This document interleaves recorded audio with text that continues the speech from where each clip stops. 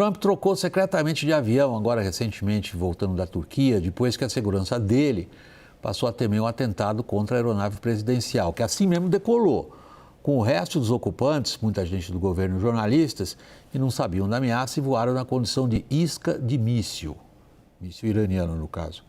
Por outro lado, é grande também a repercussão nos Estados Unidos das últimas nomeações na cúpula do governo inimigo Irã. Confira na reportagem. Todas as nomeações foram assinadas pelo líder supremo do Irã, Mojtaba Khamenei, que não é visto em público desde o início da guerra. Mohsen Rezaei, que comandou a Guarda Revolucionária do Irã durante toda a guerra Irã-Iraque, foi designado secretário do Conselho Supremo de Segurança Nacional. A posição coloca Rezaei no centro das articulações entre as esferas política e militar, sob as diretrizes da liderança suprema. O major-general Eli Abdollahi, que já liderava operações conjuntas entre as diferentes forças iranianas, agora também chefia o Estado-Maior, o cérebro responsável por dar o norte estratégico para essas ações. Na prática, a nomeação de Abdollahi coloca a coordenação estratégica e o comando operacional das Forças Armadas iranianas sob um único chefe militar, oriundo da Guarda Revolucionária. Força mais politicamente influente do regime, a Guarda Revolucionária também teve Ahmad Vahid oficializado como comandante da força.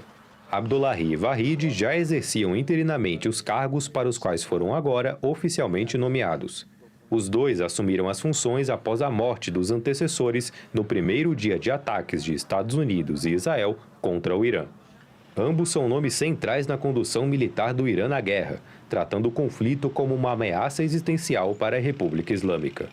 É sob essa lógica que Teherã mantém a pressão sobre o Estreito de Hormuz, ataca instalações militares americanas em países árabes e busca negociar com os Estados Unidos sob os termos iranianos, apesar dos danos econômicos do conflito ao país. Sandro, o negócio é o seguinte, se o Trump não embarca no avião, que você está com ele, é melhor não embarcar também, né? Quer dizer, se você souber que ele não está no avião, que ele vai tomar, mas, enfim, tirando as brincadeiras de lado, nós temos no Irã uma clara agora unidade de comando e sentido estratégico. A gente não pode dizer que é um regime militar, mas talvez a gente possa afirmar que é um regime altamente militarizado, o que parece lhe facilitar bastante tomadas de decisões, sobretudo operacionais e táticas, seria isso? William, esse decreto que a gente acabou de ver, assinado pelo Supremo Líder, pelo Mojtaba Khamenei, na segunda-feira, e oficializado hoje, é o nascimento da República Islâmica 3.0. Agora sim, a gente está vendo claramente quais são os sinais nesse sentido. E o fato de que o Mohamed Bagher Zolgader foi retirado do cargo de secretário do Conselho de Segurança Nacional e Mohsen Rezaei foi colocado nesse cargo, assim como outros velhíssimos falcões da política islâmica que giravam em torno, tinham sido deixados de lado pelo antigo Ayatollah Ali Khamenei, e estão voltando agora com toda a força com seu filho, indicam também uma seguinte questão. Mojtaba não se pretende um líder supremo tão crente ou confiante na questão da dissuasão em relação aos Estados Unidos. Ele acredita numa dissuasão muito mais ofensiva e uma capacidade nesse sentido. Então, as nomeações que nós estamos vendo hoje e o chefe de Estado-Maior da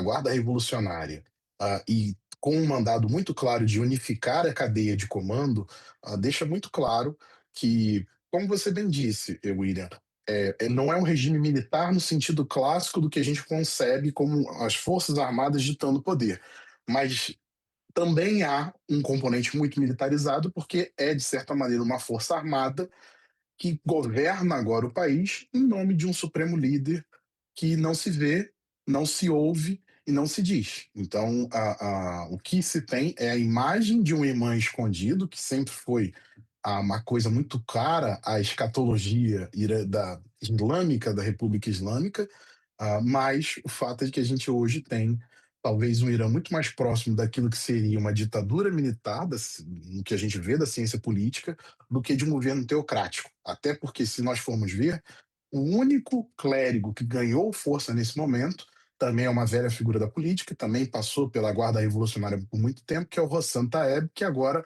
é o novo guarda da milícia, que é apoiada pela Guarda, que é a Basij.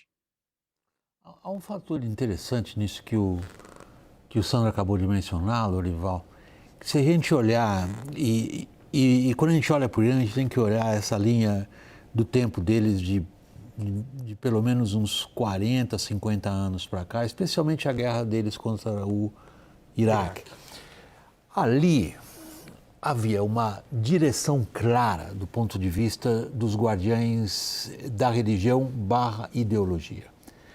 Então, a gente via as forças militares de todos os tipos subordinadas ao que seria a direção política. Né? Se a gente pega, por analogia, o que aconteceu depois da Revolução Russa, as forças militares estão sempre sob o controle do, digamos, poder civil nesse sentido. Quer dizer, as diretrizes elas são dadas pelas convicções ideológicas e pela capacidade dos representantes dessas convicções de levarem adiante o que eles acham que deve ser levado. Eu acho que agora há uma transformação significativa. Nós não estamos vendo mais esses líderes religiosos / os donos da ideologia, mas nós estamos vendo os profissionais das forças militares tomando conta do que deve ser feito. Esses comandantes militares, eles são veteranos justamente da guerra Irã-Iraque, são responsáveis em grande medida pela extensão temporal da guerra, né? Depois do momento do impasse, em que o Iraque percebeu que não conseguia mais avançar, começou a ser rechaçado. Ali houve uma grande discussão sobre acabar a guerra, né? O Iraque foi recuando. E aí o Khomeini e esses comandantes militares jovens na época, né, quiseram partir para cima como um fator de consolidação da Revolução Islâmica e da Guarda Revolucionária que estava ali se consolidando, né, no poder militar, sobretudo. Mas, então, esses são comandantes que representam uma visão de uma postura ofensiva, né, e não mais uma postura defensiva. Então, é o fim daquela paciência estratégica do Irã e do emprego predominante dos proxies, né, da guerra indireta, dos grupos que estão bastante enfraquecidos, por sinal, né? Então, de fato, é uma postura ofensiva que é assumida e no campo político, o Mojtaba Khamenei realmente ele se cerca, né, no seu gabinete desses comandantes veteranos da Revolução Islâmica e da guerra Irã-Iraque. Certamente ele se sentia inseguro, por isso precisou desse respaldo. E fica totalmente alijado o setor moderado, que é representado pelo presidente Pezeshkian, pelo Abbas Araghchi, chanceler, e até mesmo o presidente do parlamento, que é um conservador pragmático, Mohamed Bagher Ghalibaf, perde poder. Então, o eixo do poder se desloca para o Mojtaba Khamenei, mas por meio dos comandantes militares. E um outro grau de insegurança também é revelado com essa transferência do Hossam Taeb da inteligência militar da Guarda Revolucionária para o comando dos Basijis, porque os Basijis são a guarda, são a polícia que controla a população.